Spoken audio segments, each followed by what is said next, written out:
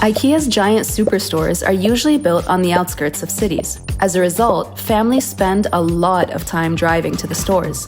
Could IKEA give them a stronger incentive to make the trip? Introducing IKEA's Buy with Your Time, a promotion that was conceived as a way to reward people for traveling to IKEA. Now, they could use the time they spent on the road to shop in our stores.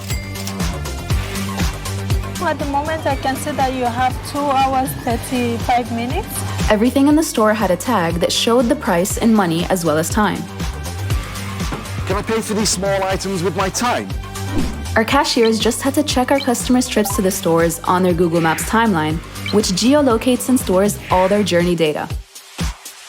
Would you like to pay by cash, card, or by your time? We determined the monetary value of their time based on the average family income in the country, which then gave us the average income per minute.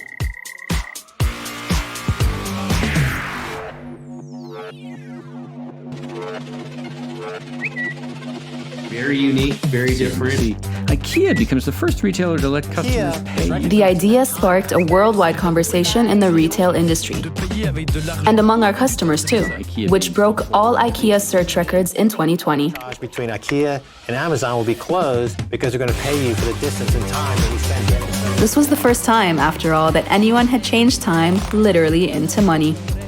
In fact, IKEA has added time currency prices for every item. Or, for that matter, into a wing chair, a coffee table, or a potted plant.